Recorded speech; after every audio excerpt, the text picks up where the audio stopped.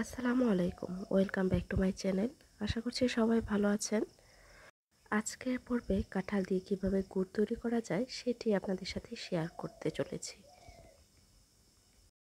কাঁঠাল দিয়ে যে এত সুন্দর গুড় তৈরি করা যায় সেটা আমি না বানালে বিশ্বাস করতাম না। দেখুন গুড়টা দেখতে কতটা পারফেক্ট এবং লোভনীয় লাগছে। কাঁঠাল তো আর সারা বছর সংরক্ষণ করে রাখা যায় না, তো যাদের বাড়িতে অনেক কাঁঠাল আছে তারা চাইলে এভাবে গুড় তৈরি করে সারা বছর সংরক্ষণ করতে পারেন। কাঁঠালের গুড় তৈরি করার জন্য লাগবে আমাদের নরম কাঁঠাল। অনেক বেশি নরম কাঁঠালই কাঁঠালের গুড় তৈরি করার জন্য পারফেক্ট। তো প্রথমে আমি কাঁঠালের রোয়াগুলো ছাড়িয়ে নিচ্ছি। আমি এখানে যে কাঁঠালটা ব্যবহার করছি এই কাঁঠালটা খুব বেশি নরম না, এটা কিছুটা শক্ত আছে। তো আপনাদের কাছে যদি খুব বেশি পাকা কাঁঠাল থাকে তাহলে সেটাই ব্যবহার করবেন। কাঁঠালের সবগুলো রোয়া উঠিয়ে নেওয়া হয়ে গেছে, এখন এর বীজগুলো ছাড়িয়ে নিব। এখানে আমি মিডিয়াম সাইজের একটা কাঁঠাল নিয়েছি, খুব বেশি বড় না আবার খুব বেশি ছোটও না। তো এখানে আমার সবগুলো কাঁঠালের বীজ ছাড়িয়ে নেওয়া হয়ে গেছে, কিন্তু পাত্রটা ছোট হয়ে গেছে, সেজন্য কাঁঠালগুলো আমি অন্য আরেকটা বড় পাত্রে নিয়ে নিচ্ছি। এখন কাঁঠালগুলো আমি হাতের সাহায্যে কচলিয়ে কচলিয়ে কিছুটা নরম করে নিব।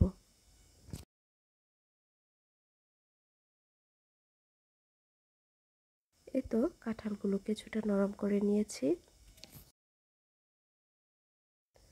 এখন নিয়ে নিলাম চুন, এটা পান খাওয়ার ঝিনুকের চুন।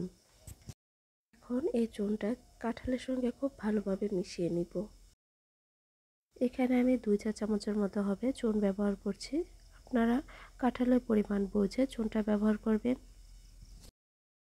চুনটা ভালোভাবে মেশানো হয়ে গেলে এখন একটা ঢাকনা দিয়ে রেস্টে রেখে দেব। খুব বেশি সময় ধরে রেস্টে রাখার প্রয়োজন নেই, 45 মিনিটের মতো রাখলেই হবে।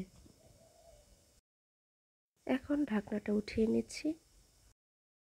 এই তো দেখুন চুন দেওয়ার কারণে কাঁঠালের কি পরিমাণ পানি ছেড়েছে।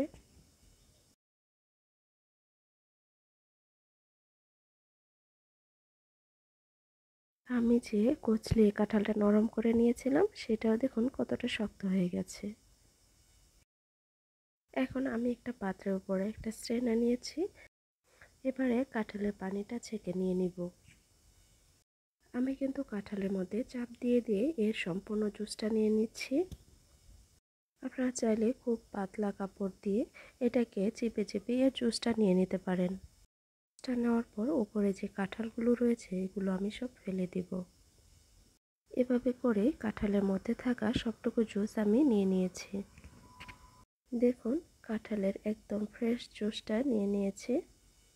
খেয়াল রাখতে হবে কাঁঠালটা কাপড় অথবা ছাঁকনি দিয়ে ছেঁকে নেওয়ার সময় যেন কাঁঠালের কোনো অংশ না আসে।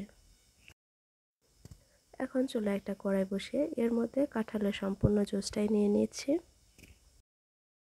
নেড়ে চেড়ে এটাকে জাল করে নিতে হবে। দেখুন কাঁঠালের উপরে প্রচুর ফেনা ফেনা হয়ে আছে।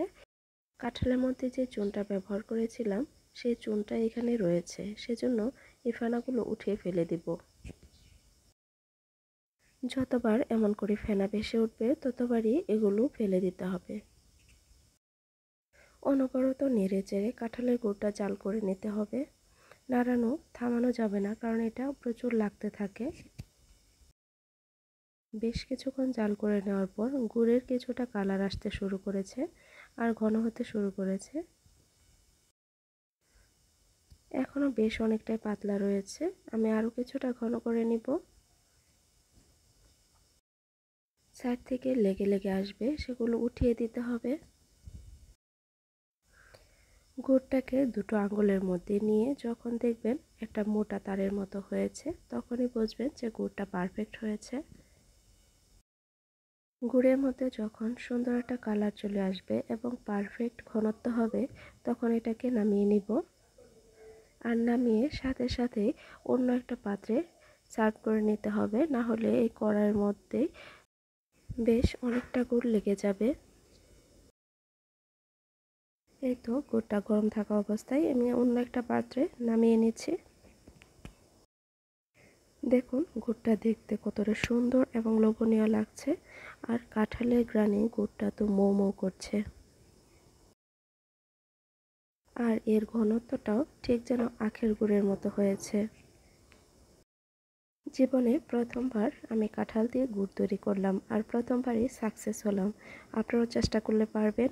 আশা করি সবাই ট্রাই করবেন, আর কেমন হয়েছে আমাকে কমেন্টে অবশ্যই জানাবেন।